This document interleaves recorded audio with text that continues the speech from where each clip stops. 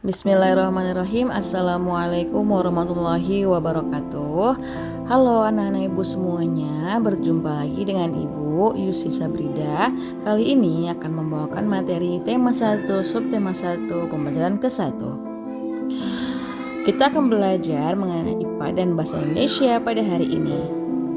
Kita akan mengamati bunga, mengidentifikasi perkembangbiakan generatif. Nah, lihatlah tumbuhan berikut ini. Gambar apa ini? Iya, padi yang sudah menguning ya, nampaknya sudah siap panen ya kan? Padi yang berada di sawah ini akan siap panen, sudah mulai merunduk. Perhatikanlah berbagai tumbuhan di sekitarmu. Apa ya manfaat tumbuhan bagi kehidupan? Yuk kita cari tahu. Nah, perhatikan gambar berikut. Ada bapak-bapak yang sedang menyemprot rumput, ibu-ibu yang mengumpulkan wortel, anak-anak yang bermain, dan binatang-binatang yang terbang dan sedang makan di gambar tersebut. Sebagaimana kita ketahui, tumbuhan bermanfaat sebagai sumber energi bagi manusia. Makanan yang kita makan bisa menghasilkan energi untuk berolahraga, berpikir, dan aktivitas lainnya. Selain itu, makanan juga sebagai sumber vitamin untuk menjaga kesehatan tubuh. Kemudian tumbuhan-tumbuhan ini sebagai sumber oksigen untuk kita bernafas, karena dia mengeluarkan oksigen dan kita menghirup oksigen itu tersebut. Selanjutnya, pohon-pohon yang lebih besar sebagai peneduh dan memperindah kehidupan di bumi, karena adanya bunga-bunga yang tampak lebih indah dan bisa membuat kita berteduh di bawahnya. Jika tidak ada tumbuhan, maka kita lihat gambar berikut ini, manusia dan hewan tidak memiliki sumber makanan dan bumi pun akan gersam. Kita beralih ke bahasa Indonesia. Bagaimana jagung berkembang biak?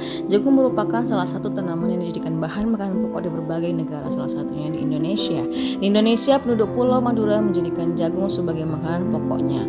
Jagung merupakan salah satu tanaman penghasil karbohidrat yang sangat dibutuhkan. Seorang petani jagung mulai mengembangbiakan tanamannya dengan menanam biji jagung. Setelah 3-4 hari, bakal tanaman akan muncul di permukaan tanah. Tanaman jagung akan terus tumbuh menjadi besar. 3 hingga setengah 3 bulan, buah jagung dapat dipanen oleh petani. Bunga jagung memiliki helai-helai rambut halus pada bagian ujungnya. Pada helai rambut tersebut terdapat tepung sari. Tepung sari akan terbawa angin. Setelah terjadinya pembuahan, bunga jagung tersebut terus berkembang hingga menjadi buah jagung. Perkembangan itulah yang dapat diamati dari waktu ke waktu.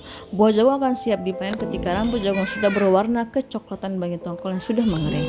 Supaya jagung selalu tersedia sebagai bahan makanan manusia, maka petani jagung harus menanam kembali. Tuliskan ide pokok dan informasi penting setiap paragraf dari teks berita tadi.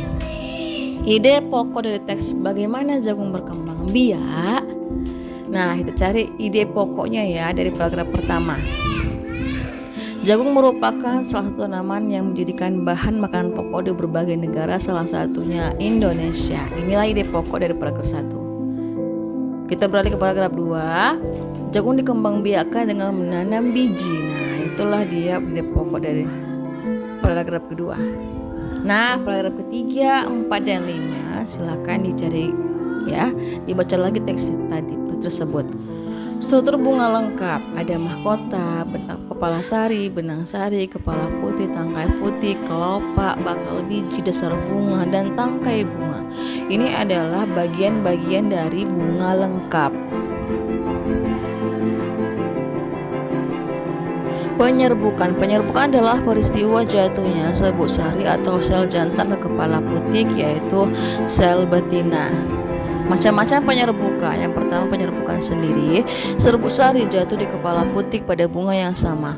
Kemudian yang kedua, penyerbukan tetangga. Serbuk sari jatuh di kepala putik dengan bunga yang lain. Penyerbukan silang, serbuk sari jatuh di kepala putik pada bunga lain yang sejenis tapi berbeda tumbuhan. Kemudian penyerbukan bastar, serbuk sari jatuh di kepala putik pada bunga yang berasal dari yang berbeda varietas.